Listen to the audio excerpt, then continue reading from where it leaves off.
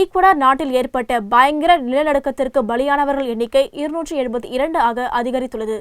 தென் அமெரிக்காவில் உள்ள ஈக்வடார் நாட்டின் தலைநகர் குவிட்டோவில் இருந்து 173 கிலோமீட்டர் வடமேற்கே சனியன்று நள்ளிரவில் பயங்கர நிலநடுக்கம் ஏற்பட்டது. பூமிக்கடியில் சுமார் 20 கிலோமீட்டர் ஆழத்தில் ஏற்பட்ட அந்த நிலநடுக்கத்தின் அளவு ரிக்டர் அளவுகோலில் 7.8 ஆக பதிவானது. இந்த சக்தி வாய்ந்த நிலநடுக்கத்தால் குவிட்டோ, கியூகாவில், மண்டா நகர்களில் நூற்றுக்கணக்கான கட்டிடங்கள் இடிந்தன. இடிபாடுகளில் சிக்கி 30 பேர் பலியானதாக முதலில் அறிவிக்கப்பட்டது.